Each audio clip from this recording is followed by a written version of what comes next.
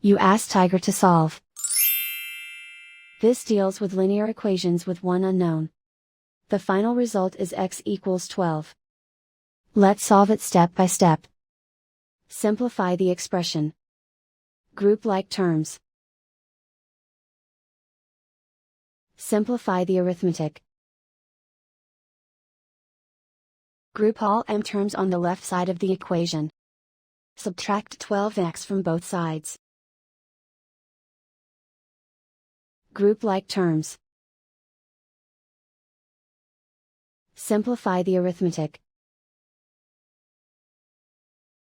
Group like terms. Simplify the arithmetic. Group all constants on the right side of the equation. Subtract 60 from both sides. Simplify the arithmetic.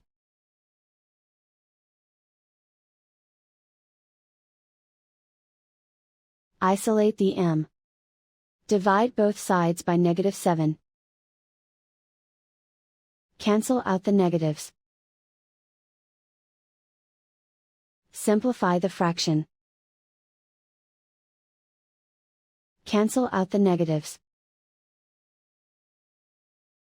Find the greatest common factor of the numerator and denominator.